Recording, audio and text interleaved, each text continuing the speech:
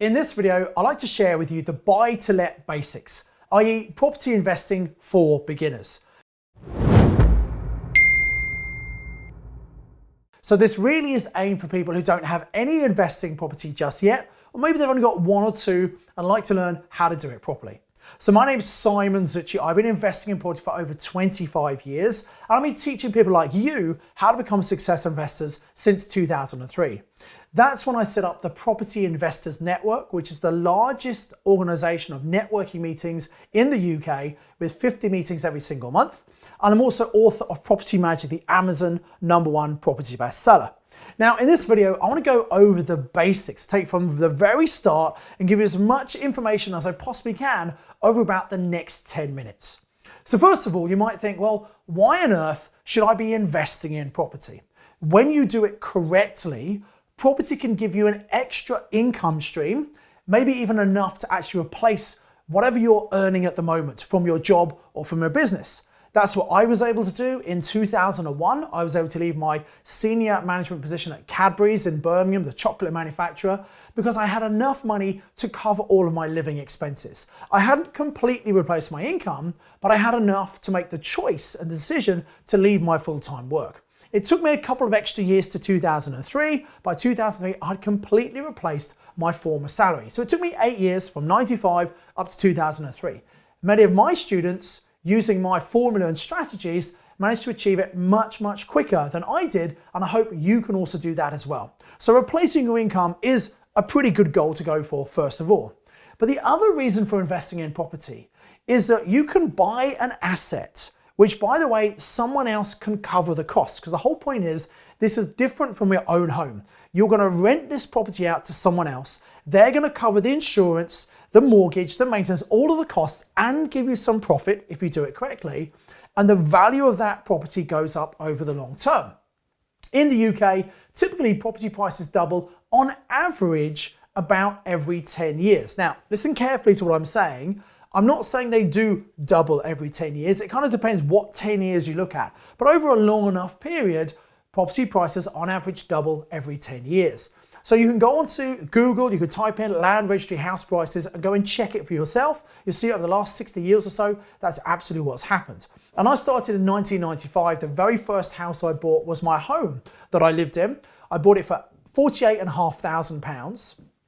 25 years later, in August 2020, I had it valued and it had doubled in value, doubled again, and almost doubled again to £330,000.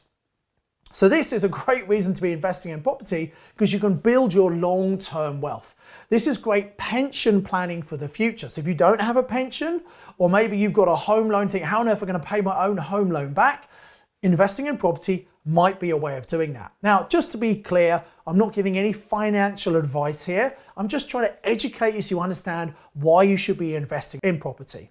Now, the way you actually make money is a number of different ways. A lot of people think that you have to buy a property, renovate it, and then sell it to be able to get out some money and profit. Well, you can certainly do that. And in a rising market, that can be a great strategy. The only problem with buying, doing up, and selling on, which is what we call flipping property, is that once you've sold it, you're never going to make any more money from that property. You're crystallizing the profit, and you've got to go and buy another property and do it again to make more money. That's why I prefer long-term buy and hold. And what that means is that we buy a property and we might add some value to it, but we're not planning to sell it. The way we make money is every single month from the rental profit and also for the long-term capital growth. So let's talk a little bit about that rental profit now. So the idea is that you buy a property in an area that's got a good, strong demand, that people want to live there. And you can check that by speaking to local letting agents to see what kind of properties people want and how much they're paying for it. And the idea is that whatever you pay on the mortgage and all the costs that are involved, that should be less than the rental income that comes in every month. So there should be some profit left over for you every month, and that's your cash flow. That's the positive cash flow. So we look at how much is the rent, might be £800 a month. Take off the mortgage, which might be £350. Maybe the management is another £150, so it's £500 plus maybe £50 for insurance. So maybe it's £550 the total costs. the rent is £800, that then makes us £250 per month. So most people start with what's called a single let property. That's where you have a house or an apartment or a flat and you rent it to either a single person or a young couple or a family or an old person, but it's on one contract. That's called a single let property. Now, that tenant is responsible to pay all the bills. They pay their council tax, they pay the gas, the electric, the water. What you pay as a landlord is the mortgage, the insurance. You must have buy-to-let insurance. So if someone has an accident in your property and they try and sue you, you'll have public liability insurance to cover that. And also if the property burns down, you want to make sure that there's money to cover the cost of that. So you must have insurance in place. And then also a management fee. Now, a lot of people worry about this. Say, well, I don't want to have to collect the rent and do those kind of things. You can get a letting agent to do that for you. Now, a letting agent will typically charge about 10% of the rental income. They'll charge on a monthly basis, and obviously if there's no tenants, well, they don't make any money, but they will charge you that on a monthly basis to look after the property, to take the calls about any maintenance that's required, and also to collect the rent, and they then pass the rent on to you. Now, if you have a newer property, there'll be less work to do. If you have an older property, there will be maintenance. You've got to factor that in as well. And you also will have, if it's a freehold property, you've got nothing to pay. But if it's a leasehold property, often apartments are leasehold properties, you might have a service charge to pay. So that's something you pay to the freeholder, which is covering the cost of the electric in the communal areas, cleaning the communal areas. You might have a sinking fund that puts money in to cover maintenance on the property and fixing the roof, those kind of things. So if you have a leasehold property, bear in mind you're also going to have a service charge that you need to pay that helps contribute to the communal facilities. So you work out all these costs, add them together, and that must be less than the rental income that comes in. Now, if you have a single let property, which is what most investors have, you might make anywhere between £100 to a couple of £100 a month. You can maximize the rental income by a more advanced strategy called HMO, Houses of Multiple Occupation. Now, this is where instead of having one single tenant on one contract, you might have a large house that's got a number of bedrooms and you rent the individual bedrooms out to people, and each person has their own single let contract. So you might have 5 people in the property, they've each got an individual AST contract. It's called an assured short tenancy contract. That's the standard contract we have in England. And they then rent the property from you. Now, in that scenario, where it's a house of multiple occupation, you will get the tenants paying you one amount each month. It includes the bills which you as the landlord pay. So it's a big important difference between a single let property where the tenant pays the bills and an HMO where you pay the bills, the gas, the electric, the TV license, the broadband internet, the council tax for the whole house as well. Now, an HMO is a more advanced strategy, but you can absolutely learn how to do HMOs, and the profit you can make from an HMO is much, much higher than a single let property. Often when people are new, they think, well, maybe I should get a single let property, just try that out myself, and then move on to a more advanced HMO. And I kind of understand that thinking. But my view is, why on earth would you tie up some deposit money in the property and only make a couple of £100 a month, where you could get an HMO and maybe make £1,000 profit a month? Yes, you heard me right. An HMO can make £1,000, maybe even more, even £3,000 a month. So the great thing is you don't need many of these HMOs to replace your income, whereas you might need a lot more single let properties to replace your current income. Now, let's talk a little bit about actually buying these properties. How do you do that? There are 2 things to think about. We need to think about the mortgage and we need to think about the deposit as well. So let's talk about the mortgages first of all. Now, when you get an investment property, you get what's called a buy-to-let mortgage. It's different from your own home mortgage, which is a residential mortgage. And there are some key differences here. First of all, with a buy-to-let mortgage, you've got permission from the mortgage company to rent that property out. That's the whole point. You're not supposed to live there, you're renting out. Whereas on a residential mortgage, it's for you to live in the property. Also, typically when you do a buy-to-let mortgage, you get typically a 75% loan to value. So let's say the value of the property is 200,000, that's what you're buying it for. You could get a mortgage of 75% of that, which would be 150,000. With a residential property, it's based very much on your personal income because they want to make sure when you're living there, you can afford to pay the mortgage every month. Now, you might get a higher loan to value. You might be able to get a 90, even a 95% mortgage. But the higher loan to value, the less money you're putting in, probably the higher the interest rate you're going to pay on your own home. Whereas 75% loan to value is the typical buy-to-let mortgage.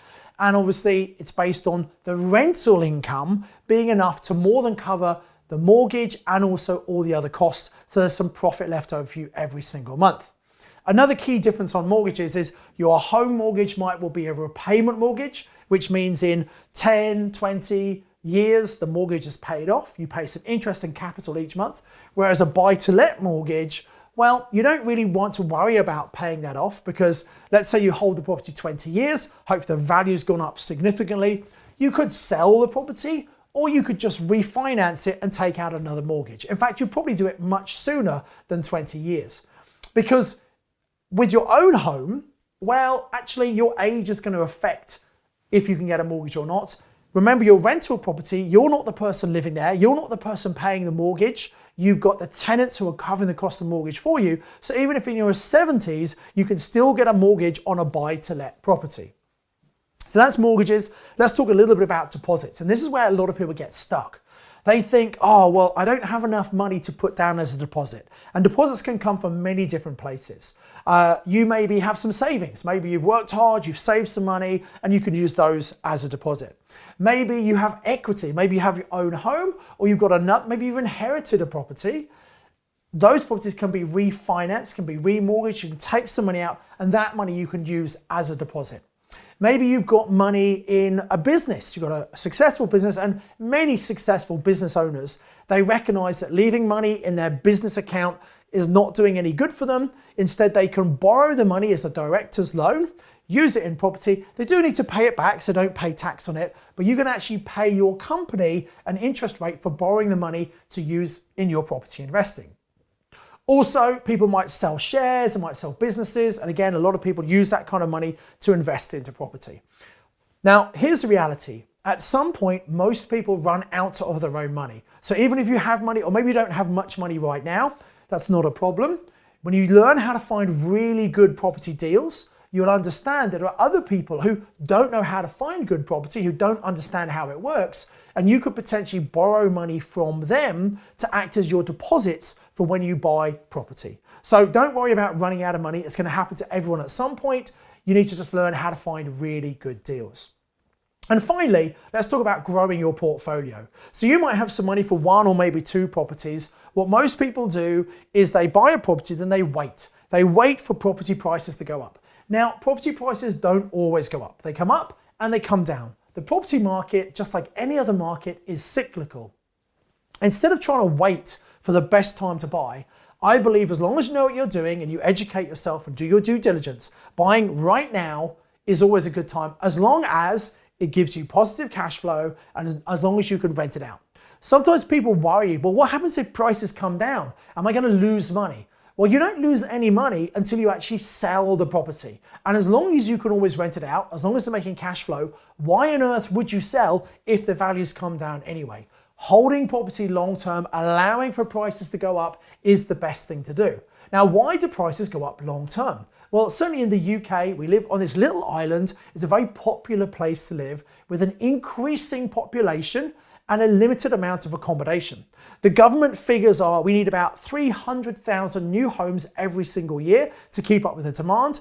In reality, we're only building about 200,000 a year. So therefore, there is not enough supply. Thus, long-term prices and rents also go up over time. So what you can do is as the value goes up, the investment properties you've got, instead of trying to pay them off, you might remortgage them, take some money out, get some deposits to go and buy some more property. There's an advanced strategy that we teach our students called momentum investing. That's where you buy a property at a discount, You then add some value to it through refurbishment. And what you're doing is you're forcing the appreciation, you're forcing the value up. So instead of having to wait years and years to remortgage, you could remortgage after 6 months. Pull your money out and go and buy another property. That's how many of my students very quickly build up a portfolio and quickly replace their income.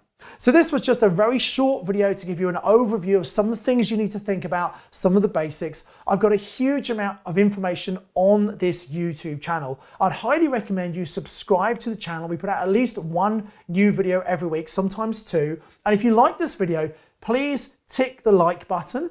And then if you've got any comments or any questions, please put them in the questions and I'll come back and answer as many as I possibly can. In the meantime, we've got a lot of other videos on the channel. I encourage you to watch some of those and really understand about how you can become a successful property investor. I wish you all the best in your property journey. And as I always say, invest with knowledge, invest with skill. Thanks for watching. I hope you've enjoyed that video. I've set up the next video I think you should watch, having just seen this one. Click on the link now to watch that video. And also, if you click on the link just below here, you can access our Property Investor Network meetings. Come to your very first meeting as my guest. Normally £20, but click on the link below, come to your first one just to check it out as my guest at no cost.